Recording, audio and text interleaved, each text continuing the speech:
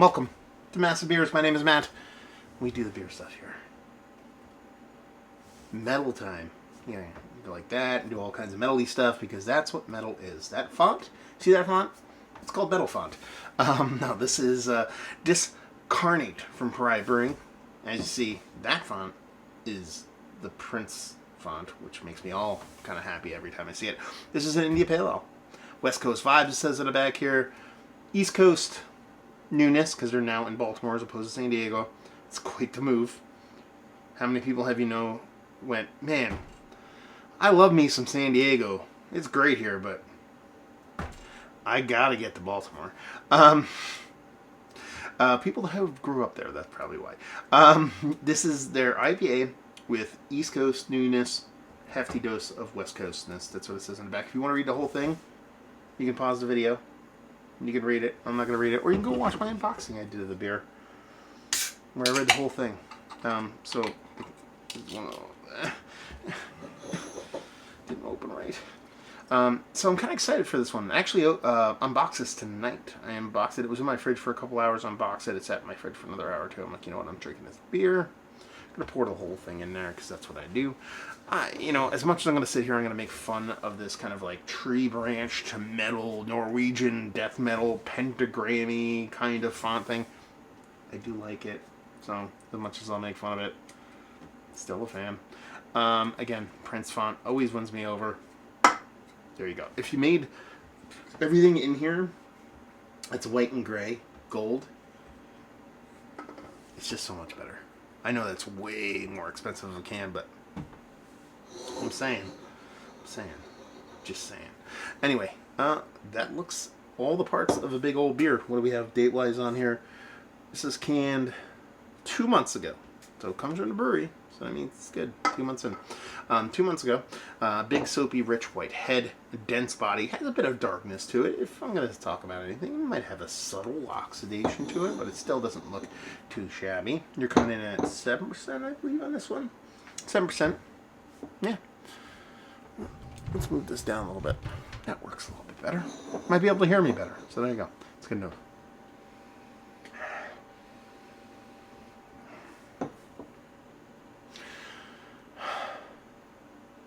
Pineapple, grapefruit, leaning, juicy fruit. That's what I'm getting here. They actually talk about this on the can, so I'm going to read it. Notes of varied citrus, stone fruit, and some sticky stank. Sticky stank. So, I guess we're in the ballpark. Yeah, it smells nice.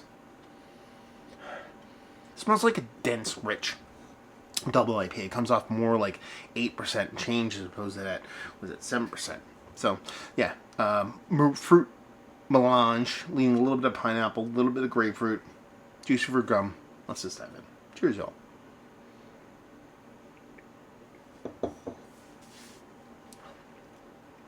Okay. Yeah, it comes off a little nondescript in the bitterness, so I was kind of a little bit hyped. So in the back here to talk about sticky stank, contributing to deliberately pointed bitterness. It comes off weird in a way. As it comes off like it's initially going to be this heavy, dense, creamy, fluffy beer, but it ends up being thin and then washes off with generic bitterness. It does have that juicy fruit kind of front to it, with that little bit of citrus leaning, but it's not as impactful, not as vibrant as I thought it would be. I do think this suffers from a subtle bit of oxidation. I say that because the coloration is a little bit dark, and then all the fruit flavor here, and the mouthfeel is tempered from what you kind of think it's going to be, based off of description, based off of kind of how the beer looks, and based off of previous beers that I've had from Pariah. And that it just seems like it just kind of lost a little bit of its luster. And it's not the first time I've said this with their beers. It could be a couple different things. It could be travel. They send off these beers, they spend a few days in the hot sun cooking around in USPS. That might not be the best thing for the beer. 2 months out. Beer's already been 2 months, then they ship it. Could be a little bit of that going on. Could be new facility stuff. You know, this is the first set of cans, I believe, I could be wrong, that I've received from them that are, say, strictly Baltimore. That could be them just, they're in Baltimore solid. That's where all the beers come from. Could be a little bit of learning curve. I don't know if they brought their system to the East Coast or purchased a new one or bought a brewery turnkey. Not a negative beer by any stretch. I get the description, and I actually get the explanation of the description in the beer. Everything they're saying on the can is in the beer. So everything is kind of dialed back a notch or two. That fruity portion to show that fluffy, creamy mouthfeel, that bitterness, everything here is represented, but at a much less vibrance than what you'd expect and what the beer calls for. It's almost like it's suffering a bit from that oxidation, but the oxidation hasn't taken over to where it's just a soggy, wet paper bag of a beer. Yeah. And again, nothing overtly negative there.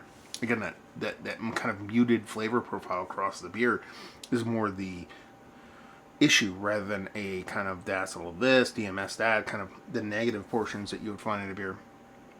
It's one of those things where I just really wish I had the beer hyper fresh. And just how I had like kind of like a, just know where it started kind of thing. A little bit of a grounding rod, if you will, for where the beer was. Even though that's kind of like, no shit, Sherlock. If you had it fresh, you wouldn't be reviewing it now. Of course not. But it's almost like I wish I had it fresh, so I drank it out and be like, okay, this is how the beer has changed and how it's morphed over time. Granted, it could be the same exact beer from inception. But this is me just extrapolating off of just years of beer drinking and the beers I've had from Pariah and how they, the weather and time and all those negative things like oxygen, negative oxygen, things like that kind of affect beers. It's me just kind of spitballing off of that because I'm going to review it. I'm going to talk about it. I'm going to go from there. There we go. Review on the books. Not a negative beer, but at the same time, it's lost a little bit. Curious to see how it was at the get. Now let's talk about that. Have you had this beer? Have you had any Pariah beers? Have you had them in Baltimore? Have you had this particular beer? If you've had, I'm really curious to see what you think, especially if you've had it fresh. All that stuff down there. And there you go. Review on the books. Hopefully you guys enjoyed the review. Hopefully enjoying a little hazy right now. Hopefully see you next time. Cheers, y'all.